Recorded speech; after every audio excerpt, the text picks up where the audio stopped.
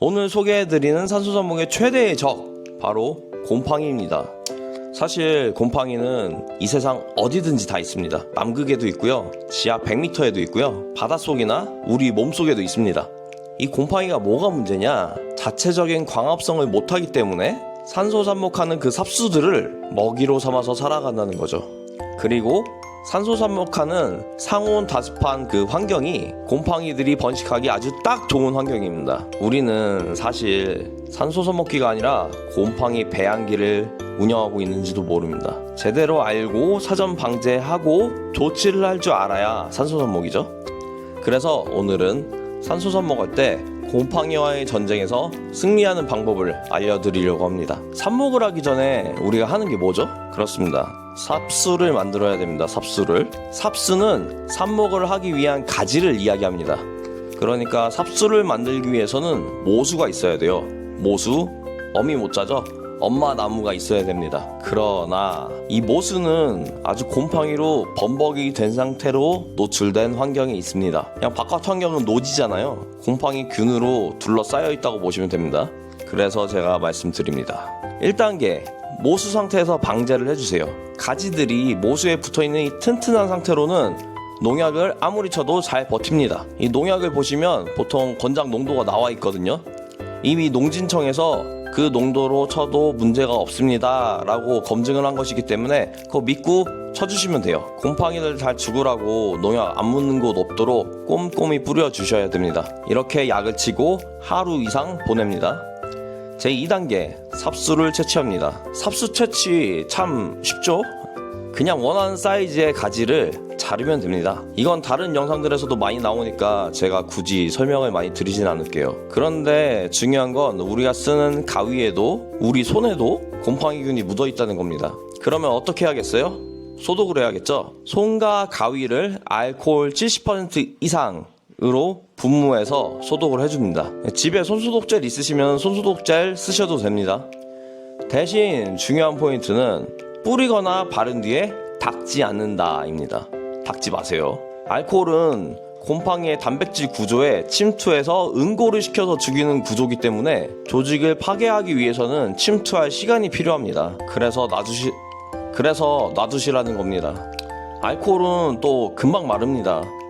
1, 2분이면 마릅니다. 그런데 한국 사람들 특성상 급하잖아요? 못 기다립니다. 그 새해를 못 참고 닦아버리죠. 그리고 작업을 바로 시작하시죠.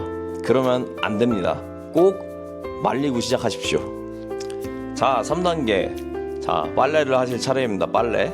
어떤 걸 빨래를 하느냐? 우리 삽수들을 이제 빨래를 해야 됩니다. 보통 다른 데서는 이 과정을 안 거치고 그냥 삽목을 하시는데 그러면 난리 납니다. 제가 비교 테스트한 거 보여드릴게요. 이런 사태를 막으시려면 꼭 삽수를 농약물에 빨래를 해주셔야 됩니다. 대신 삽수가 위아래가 다 잘린 나약한 상태이기 때문에 농약을 좀 약하게 타셔야 돼요. 약하게 약 50%에서 25% 낮은 농도로 해야 됩니다. 특히 잎이 있는 녹지삽 같은 경우는 25%까지 농도를 낮추시고요. 단단하고 잎이 없는 숙지삽 같은 경우는 50%까지 하셔도 괜찮습니다. 통에 물을 타고 비율에 맞춰서 농약을 섞어주세요. 그리고 만드신 삽수를 1분씩 침지합니다. 침지라는 말은 이제 물고문 한다는 얘기죠. 물고문. 물에 푹 담가서 곰팡이 균이 피해나갈 구멍이 없게 공기가 기포가 이제 잎이나 가지에 달라붙는 곳 없도록 열심히 흔들어갖고 공기구멍 다 빼주시고요. 고무장갑 낀 손으로 계속 뒤적뒤적 해주시면 됩니다. 이제 건져내면 3단계가 마무리됩니다. 그렇게 기본적인 소독은 이제 마무리가 됐고요. 이제까지 살아남은 곰팡이는 인정해줘야 됩니다.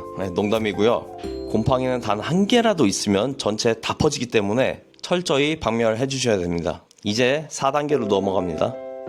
삽목기에 열심히 삽수를 꽂고 잘 키워주고 있는데 또 어디서 날아온 곰팡이가 우리의 소중한 삽수를 또 잡아먹기 시작합니다. 이것을 눈치 못 채서 방치하게 되면은 또다시 우리의 산소산목기는 곰팡이 배양장치가 되고 맙니다. 그래서 산소산목기에는 항상 옆에 이게 필요합니다. 분무기죠. 다이소 같은 데 가시면 뭐 500원, 1000원이면 사실 수 있어요. 제일 작은 겁니다.